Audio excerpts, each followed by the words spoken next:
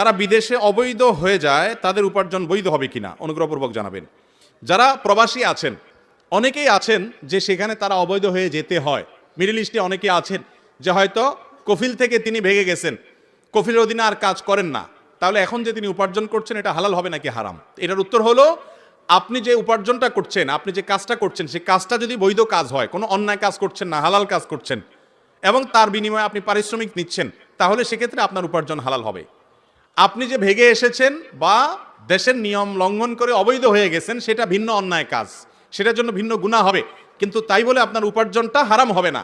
কারণ উপার্জনটা হবে শ্রমের বিনিময়ে পারিশ্রমিক নেওয়া, শ্রমদান দিচ্ছেন বৈধ খাতে, পারিশ্রমিকটা হালাল হবে। আর যদি আপনি অবৈধ কাজ করেন, তাহলে আপনি সরকারের খাতায় বৈধ থাকলেও আপনার উপার্জন কি হবে? হারাম হয়ে যাবে। তবে প্রবাসে যারা আছেন, বিশেষ করে মিডল ইস্টে, আমি জানি যে তাদের অনেকে আছেন অবৈধ হয়েছেন তারা সাধে না, কফিলের অত্যাচারে, কফিলের বাটপাড়ির কারণে সে মিথ্যা কথা বলেছে, প্রতারণা করেছে, জুলুম করছে, বাধ্য হয়ে সে পলায়ে যেতে হয়, আসারও রাস্তা থাকে না, নিরুপায় যদি হয়, আল্লাহ তাআলা তাকে মাফ করবেন, ইনশাআল্লাহ তার কোনো গুনাহ হবে না।